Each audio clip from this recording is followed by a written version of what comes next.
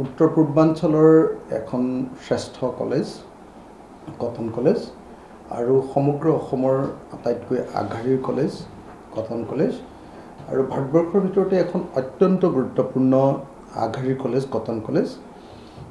সেই কটন কলেজত ধনৰ অভাৱত আপোনাৰ কটন কলেজৰ মাটি বা কটন কলেজৰ বিল্ডিং বিক্ৰী বা বন্ধক বা লিজৰ যি কথা সংবাদ মাধ্যমত প্ৰকাশ পাইছে, এইটোৱে প্ৰত্যেকজন অসমীয়া সচেতন অসমীয়াক ব্যথিত কৰি তুলিছে।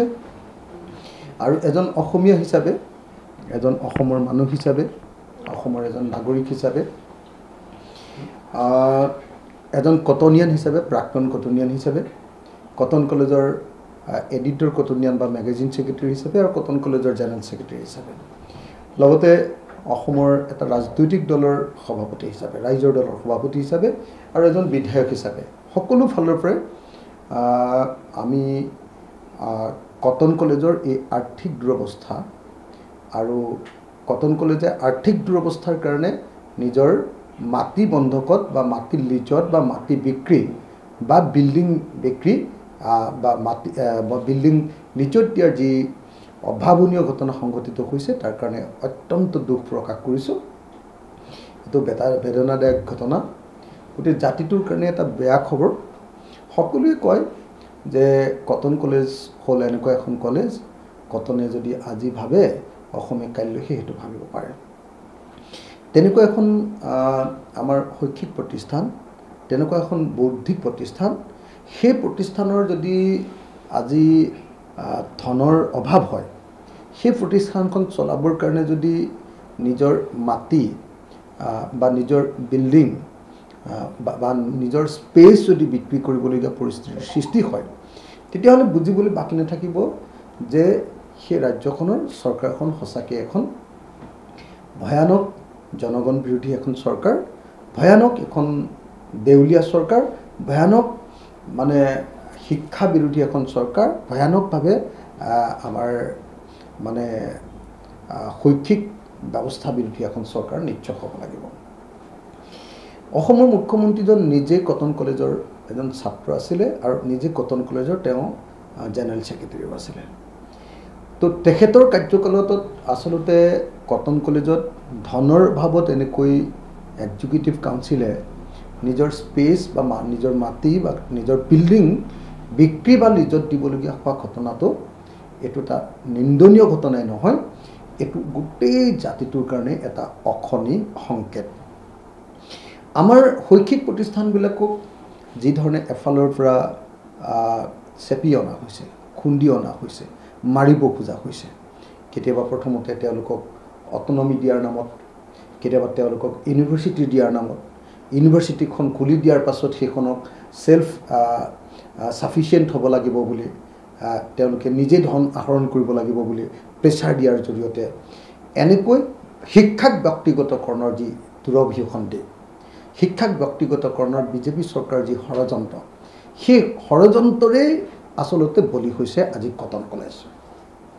সেইকাৰণে এই মুহূৰ্তত মই ৰাইজৰ দলৰ সভাপতি হিচাপে, এজন বিধায়ক হিচাপে আৰু এজন নাগৰিক আৰু প্ৰাক্তন কটনিয়ান হিচাপে একেলগতে দাবী উত্থাপন কৰিছোঁ যে কটন কলেজৰ এই সংকট অচিৰে দূৰ কৰিব লাগে, অৰ্থনৈতিক সংকট অচিৰে দূৰ কৰিব লাগে আৰু কটন কলেজক কেৱল শৈক্ষিক চৰ্চাৰ অনুষ্ঠান কৰি ৰাখিব লাগে, ইয়াক বেপাৰৰ অনুষ্ঠানত পৰিণত কৰিব নালাগে।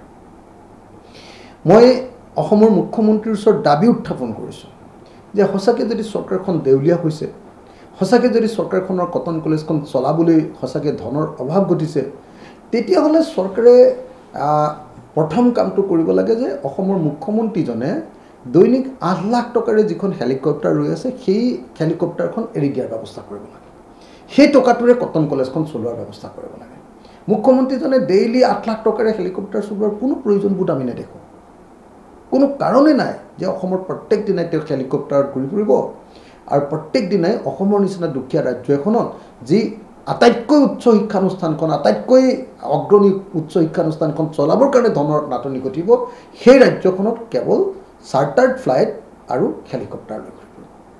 আজি দেখিছোঁ যে অসমৰ মুখ্যমন্ত্ৰীজনে মানে অকল মানে তেখেতে হেলিকপ্টাৰত নুঘূৰে দেই, তেখেতে এখন চাৰ্টাৰ্ড ফ্লাইটো বুক কৰি থৈ দিছে, চাৰ্টাৰ্ড ফ্লাইট আৰু হেলিকপ্টাৰ দুইটা। এই দুইটা বুক কৰি থৈ দিয়াৰ কাৰণে কি হৈছে, সাংঘাতিক ধৰণৰ পইচা খৰচ হয়। এই দুইখন বুক কৰাটো কমাই দিলেই বা নাইকিয়া কৰি দিলেই আৰু স্বাভাৱিক বিমানত তেওঁ অহা যোৱা কৰিবলৈ আৰম্ভ কৰিলে আচলতে কটন কলেজৰ কাৰণে অন্ততঃ ধনখিনি ওলাই যাব। এইটো হ'ল প্ৰথম কথা। দ্বিতীয় কথা, যদি অসমৰ মুখ্যমন্ত্ৰী তাৰ পাছতো নোৱাৰেগৈ, কটন কলেজখন যদি সঁচাকৈ চলাব নোৱাৰে, চৰকাৰখন যদি সঁচাকৈ ব্যৰ্থ হৈ গৈছে, চৰকাৰখন যদি সঁচাকৈ দেউলীয়া হৈ গৈছে, তেতিয়াহ'লে অসমৰ ৰাইজক কৈ দিয়ক যে অসমৰ ৰাইজে নিজে নিজে চলক কটন কলেজখন।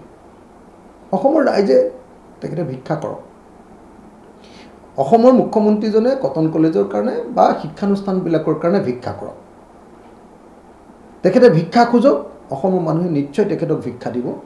আৰু যদি একেবাৰে নোৱাৰে তেতিয়াহ'লে একেবাৰে এৰি দিয়ক যে মই হাত দাঙি দিলোঁ, মই মুখ্যমন্ত্ৰী হিচাপে ব্যৰ্থ, এই বুলি কৈ দিয়ক। তেতিয়াহ'লে অসমৰ মানুহে নিজে কটন কলেজ চলাব, আমি চবেই লগ লাগি চলাম, চবেই আমি ধন দিম, চবেই কিবা কিবি নিজৰ ইনকামৰ পৰা কিবা এটা পইচা দিম, চবেই কটন কলেজ তেনেকৈ চলাম যদি মুখ্যমন্ত্ৰীয়ে নোৱাৰে। আচলতে কটন কলেজ চলাব নোৱাৰা মানুহজন তেওঁ মুখ্যমন্ত্ৰী হোৱাৰ যোগ্য নহয়। আৰু যিখন চৰকাৰে অসমৰ আটাইতকৈ অগ্ৰণী শিক্ষানুষ্ঠানখন চলাবৰ কাৰণে ধন দিব নোৱাৰে, সেই চৰকাৰখনে চৰকাৰ থকাৰ যোগ্যতা নাই। যদি সঁচাকৈ কটন কলেজ চলাব নোৱাৰে তেতিয়াহ'লে হিমন্ত বিশ্ব শৰ্মাই মুখ্যমন্ত্ৰী পদৰ পৰা পদত্যাগ কৰক, বিজেপি চৰকাৰখনে পদত্যাগ কৰক। এখন চৰকাৰ দেউলীয়া হৈ গৈছে, লোন লৈও চলাব পৰা নাই, যেতিয়া ঋণ লৈও যেতিয়া আটাইতকৈ অগ্ৰণী শিক্ষা প্ৰতিষ্ঠানখন চলাব পৰা নাই, তাৰ পাছত আৰু এই চৰকাৰখনে আচলতে শাসনত থকাৰ কোনো